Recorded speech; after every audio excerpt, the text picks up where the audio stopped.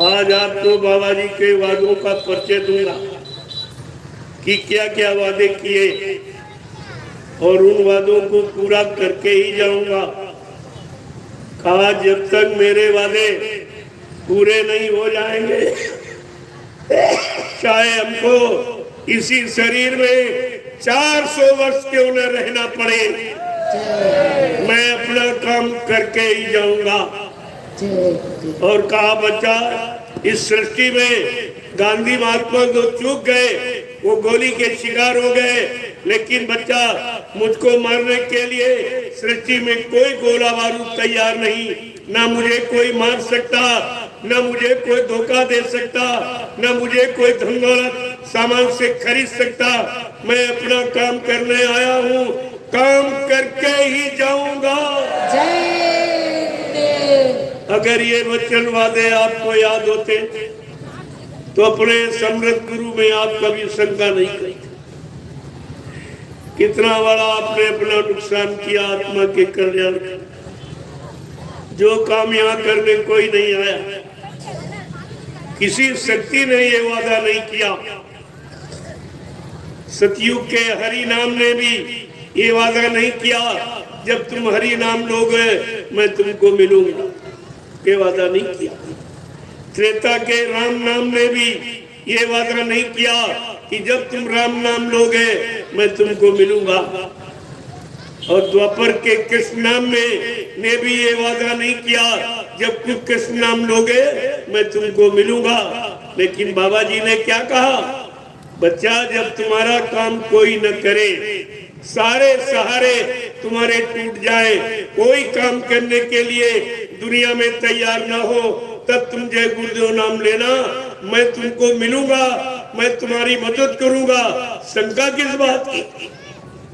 क्या इतना बड़ा वादा इस सृष्टि में किसी ने किया है?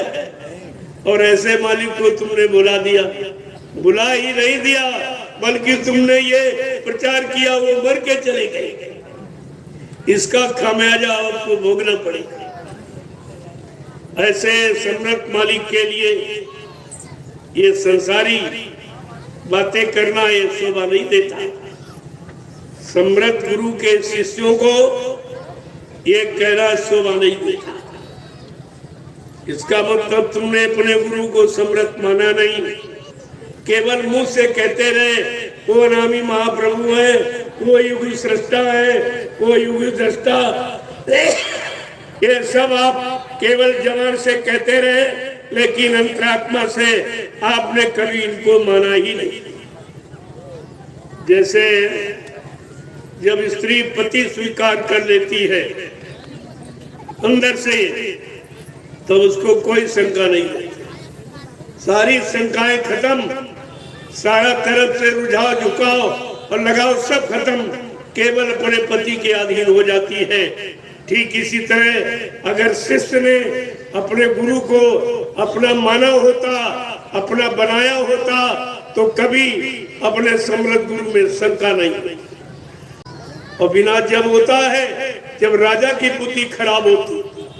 हमारा इतिहास बता रहा कि जब राजा हिरण्यकश्यप की बुद्धि खराब हुई तब उसका विनाश हुआ। जब राजा रावण की बुद्धि खराब हुई तब उसका विनाश हुआ। जब राजा कंस की बुद्धि खराब हुई तब इसका विनाश हुआ। और आज ये राजाओं की बुद्धि खराब है तो इनका विनाश निश्चित है, ये कोई नहीं बन सकता। विनाश काले विपरीत बुद्धि, जब जिनका विनाश होने को होता उनकी बुद्धि विपरीत दिशा में काम करती है। कितनी सच्ची अच्छी नेक भरी बात आप बताओ, उनकी समझ में नहीं आएगी, क्योंकि उनका पाप का गड़ा भर गया, अब वो फूट नहीं पाए। ये सब कुछ आपको जानकारी ऐसा नहीं है कि बाबा जी ने कोई जानकारी बाकी नहीं रखी। उनको जानकारी इसलिए देनी पड़ी कि ऐसा संगत मानी भूमंडल पर कभी नहीं। जो हिंदुस्तान को बचाएगा वो समय का महापुरुष कह रहे हैं। तभी तो पहचान होगी, तभी परीक्षा होगी, क्योंकि 1 करोड़ साधु बन गए, दाढ़ी बाल रखा के, लाल पीला सफेद कपड़ा पहनकर ये तमाम बन गए। तभी तो इनकी ये परीक्षा होगी कि भारत को कौन बचाएगा, भारत को विश्व गुरु कौन बनाएगा। ये भारत का अनोखा इतिहास विश्व में कौन तैयार करेगा, उसी वो समय का महापुरुष कहलाएगा। रविदास जी ने पहले ही परिचय दिया, तो भोगना पड़ेगा। इसलिए मैं बता, काम तो कहीं कुछ नहीं हुआ, कहीं जो जमीन थी मथुरा में वो भी चली गई, वो भी जमीन चली गई। जैसे इन लोगों ने प्रचार किया कि बाबा जी मर गए, फट से जो लोगों ने दान दी थी अपनी वापिस ले, काम ने तुमको नहीं दी, तुम बाबा जी को दी, तुमने जो मर गए हमारी वापिस, वो जमीन चली गई। इतना कहने पर कितना बड़ा नुकसान, और हमारे डर के अभी इतना भयभीत है, कुछ कह नहीं पा रहा। जो रोड घुमवा दिया गया था सपा के शासनकाल में, ये रोड आश्रम के सामने से नहीं जाएगा, हाईवे गोवर्धन से घुमा के बना दिया गया, लेकिन इसने हमारे डर के बोला नहीं कि कहीं सरकार हमको उठा के बंद न कर दे, और वो ओवरब्रिज बिल्कुल आश्रम के मेन गेट के सामने बन गया। प्रेमियों, सारी शोभा आश्रम की चली गई। क्या किया? ये मर्यादा है आश्रम? केवल खाने पीने के आश्रम? आप देखते जाइए क्या क्या हो रहा है, तो इसका परिणाम कितना बुरा होगा।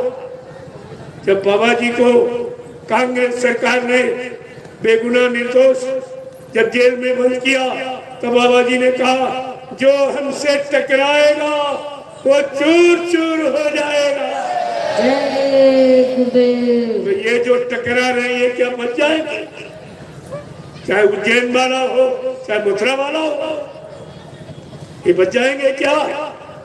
आपको इस पर विचार करना चाहिए। ये तो पहले भी सिद्ध हो चुका है, आगे भी सिद्ध हो जाएगा। आप देखते जाइए, किसने गुरु को नहीं छोड़ा, क्या तुम्हें छोड़ देगा? इस पर भी आपको विचार करना चाहिए। जो गुरु का नहीं हुआ, क्या तुम्हारा हो जाएगा? इतनी छोटी बात तुम नहीं समझ पाएगी। मैं तो और भी कुछ कहने आया हूँ, धीरे धीरे आपको बताऊंगा। आप तो पहला दिन अभी प्रेमी और आएंगे, ये सुन के जाएंगे, जब मैं बताएंगे कल भीड़ देखना, क्योंकि अभी प्रेमियों को पता नहीं कि क्या कहेंगे, क्या सुनाएंगे। मैंने कहा मैं वही सुनाऊंगा जो कोई नहीं सुनाएगा, न कभी सुनाया है और न कोई सुना सकेगा। वो आपको जिसकी आपको जरूरत हो, वो तो अपनी जरूरत की बात करें, सब अपना प्रचार कर रहे हैं। एक कह रहा बाबा जी हमको वसीयत कर गए, वो अपना प्रचार कर रहा। एक कह रहा बाबा जी हमको नाम पावर दे गए, वो अपना प्रचार कर रहा। अरे गुरु का प्रचार कौन करेगा? तुमको पूरा करके ही जाऊंगा। आज जब तक मेरे वादे पूरे नहीं हो जाएंगे, चाहे हमको इसी शरीर में 400 वर्ष क्यों न रहना पड़े, मैं अपना काम करके ही जाऊंगा। और कहा बच्चा, इस सृष्टि में गांधी महात्मा तो चूक गए, वो गोली के शिकार हो गए, लेकिन बच्चा मुझको मारने के लिए सृष्टि में कोई गोला बारूद तैयार नहीं। ना मुझे कोई मार सकता, ना मुझे कोई धोखा दे सकता, ना मुझे कोई धन दौलत सामान से खरीद सकता। मैं अपना काम करने आया हूँ, काम करके ही जाऊंगा। अगर ये वचन वादे आपको याद होते तो अपने समृद्ध गुरु में आप कभी शंका नहीं करते। कितना बड़ा आपने अपना नुकसान किया आत्मा के कल्याण का। जो काम यहाँ करने कोई नहीं आया, किसी शक्ति ने ये वादा नहीं किया। सतयुग के हरि नाम ने भी ये वादा नहीं किया, जब तुम हरि नाम लोगे मैं तुमको मिलूंगा। ये वादा नहीं किया। त्रेता के राम नाम ने भी ये वादा नहीं किया कि जब तुम राम नाम लोगे मैं तुमको मिलूंगा, और द्वापर के कृष्ण नाम ने भी ये वादा नहीं किया जब तुम कृष्ण नाम लोगे मैं तुमको मिलूंगा। लेकिन बाबा जी ने क्या कहा, बच्चा जब तुम्हारा काम कोई न करे, सारे सहारे तुम्हारे टूट जाएं, कोई काम करने के लिए दुनिया में तैयार ना हो, तब तुम जय गुरुदेव नाम लेना, मैं तुमको मिलूंगा, मैं तुम्हारी मदद करूंगा। शंका किस बात की? क्या इतना बड़ा वादा इस सृष्टि में किसी ने किया है? नहीं। और ऐसे मालिक को तुमने बुला दिया। बुलासन करने जाते थे कि चेलों का, गुरु का, जोर से बोलो, गुरु का। आप लोग मथुरा जाते थे गुरु का दर्शन करने कि चेलों का दर्शन करने? गुरु का। गुरु की सुनने जाते थे कि चेलों की सुनने जाते थे? गुरु की। गुरु की मानने जाते थे कि चेलों की मानने जाते थे? गुरु की। तुम गुरु भक्ति करने जाते कि चेला भक्ति करने जाते? गुरु भक्ति। और तुम सब चेला भक्ति कर रहे हो, गुरु भक्ति कोई नहीं, सब चेला भक्ति। ये भी आपको नहीं मालूम है कि चेला पार करेगा कि गुरु पार करेगा। गोस्वामी जी महाराज ने रामचरितमानस में लिखकर यही समझाया बताया कि गुरु और शिष्य की पहचान कर ले कि गुरु किस काम के लिए आता और चेला किस काम के लिए आता। क्या लिखा है?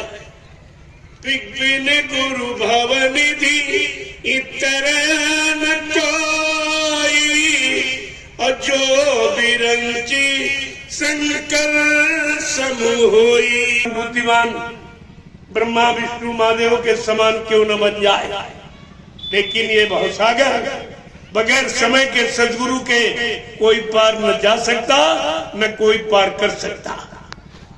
ये तुम्हारी समझ में नहीं आया। रामचरितमानस भी बोल गया, अरे उसी के उत्तर कांड को पढ़ लेते तो तुम्हारे जीवन के सारे प्रश्नों का उत्तर मिल जाता, तुम्हारे जीवन की सारी समस्याओं का समाधान मिल जाता। जो तुम्हारे घर में लिखा पढ़ी रखी उसको भी नहीं देखा या किसी चेले से लिया है? गुरु महाराज से। जोर से बोलो, गुरु महाराज से। सच्चाई को मत छिपाओ, न दोषी बन जाओगी। आप लोगों ने नामदान गुरु महाराज से लिया या किसी चेले से लिया है? आपका हाथ गुरु महाराज ने पकड़ा या किसी चेले ने पकड़ा है? आपकी जीवात्मा को जगाने का, परमात्मा से मिलाने का, निर्धाम लोक मंडल पहुंचाने का वादा ये गुरु महाराज का है या किसी चेले का है? गुरु महाराज का। और तुम जा कहाँ रहे? नामदान गुरु से लिया, चेला गुरु के बने, हाथ गुरु ने पकड़ा, वादा गुरु ने किया, और जा कहाँ रहे? पहले ये नहीं सोच पाए कि जा कहाँ रहे। चेले को गुरु मान लो, यही तुम्हारी बुद्धि है।